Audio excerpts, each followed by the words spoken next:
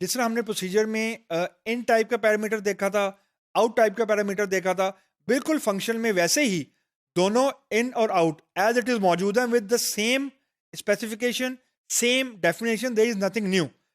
जो चीज हमने प्रोसीजर में डिस्कस नहीं की थी दैट वाज इन आउट, यानी एक थर्ड टाइप का पैरामीटर टाइप है that is in out. It is basically a combination of both, यानी जो इन था वो बेसिकली स्टैटिक वैल्यू थी या एक कांस्टेंट वैल्यू थी जो हम प्रोसीजर की बॉडी में चेंज नहीं कर सकते थे, और जो आउट था उसके अंदर हम लोग वैल्यू राइट बैक करवा देते थे या कॉपी कर देते थे वो वैल्यू जो हमने कॉलिंग एनवायरनमेंट को रिटर्न करवानी होती थी। लेकिन इसके लिए हमें दो सेपरेट वेरिएबल डिक्लेयर करने पड़ते थे। अब जो तीसरी टाइप का पैरामीटर टाइप हमारे पास अवेलेबल है that is both in out, यानी अगर इंप्लीमेंटेशन वाइज देखें, अभी हम एग्जांपल में भी देखेंगे, you will get to know what I am talking about, कि जो इन आउट टाइप का पैरामीटर है उसकी value during the execution of the body change भी हो सकती है as opposite to in only, कि इन के अंदर वैल्यू चेंज नहीं हो सकती थी। इन आउट में उस पैरामीटर की value with in the procedure body change हो सकती है। That's one thing.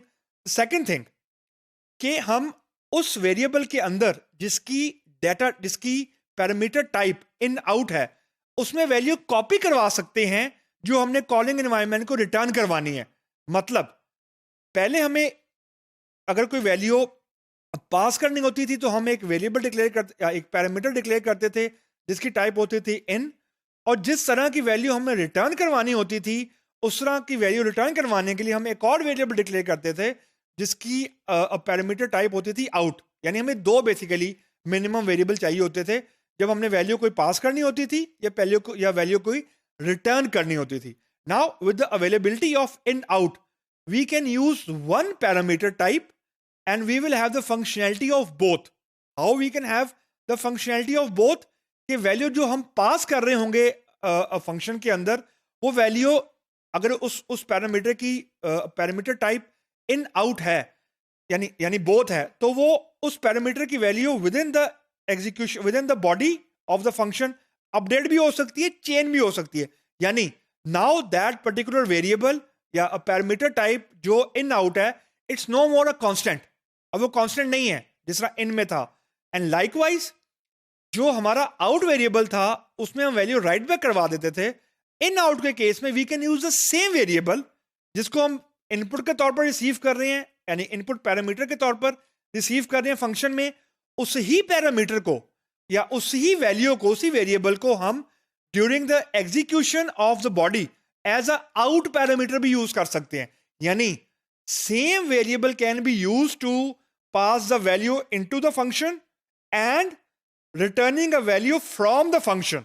That's the beauty of in out, कि आप एक वेरिएबल का नाम यूज करके या एक वेरिएबल की मतलब हम टाइप एक डिक्लेयर करेंगे लेकिन उससे फंक्शनैलिटी हमारे पास ड्यूल होगी।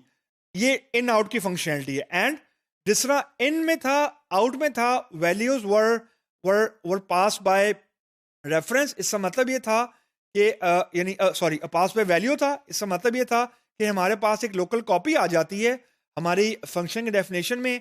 What ever change we do in the function is not reflected in the global variables unless and until the parameters are pass by reference. क्योंकि जब हम पास बाय रेफरेंस करते हैं तो हमारे पास address of the variable pass होता है फंक्शन में, और जब हम लोग पास बाय वैल्यू करते हैं तो फंक्शन में हमारे पास एक जो ग्लोबल वेरिएबल है जो हम पास कर रहे हैं उसकी एक लोकल कॉपी बन जाती है एंड डुप्लीकेशन हो जाती है, और वो लोकल कॉपी हमारे पास फंक्शन में पास हो जाती है and we are doing all the changes in the local copy. तो जब फंक्शन खत्म हो जाता है वो जो लोकल चेंजेस होते हैं फंक्शन के अंदर लोकल कॉपी में they don't exist any more after the function.